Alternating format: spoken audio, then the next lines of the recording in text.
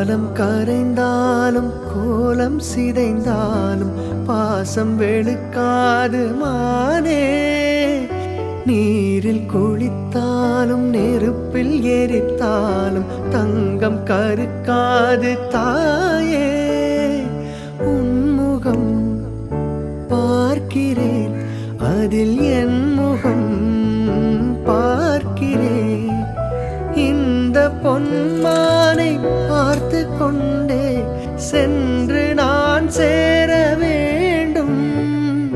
மீண்டும் ஜன்மங்கள் மாறும் போதும் நீ என் மகளாக வேண்டும். பாசராகங்கள் பாட வேண்டும். பூவே பூச்சூடவா எந்த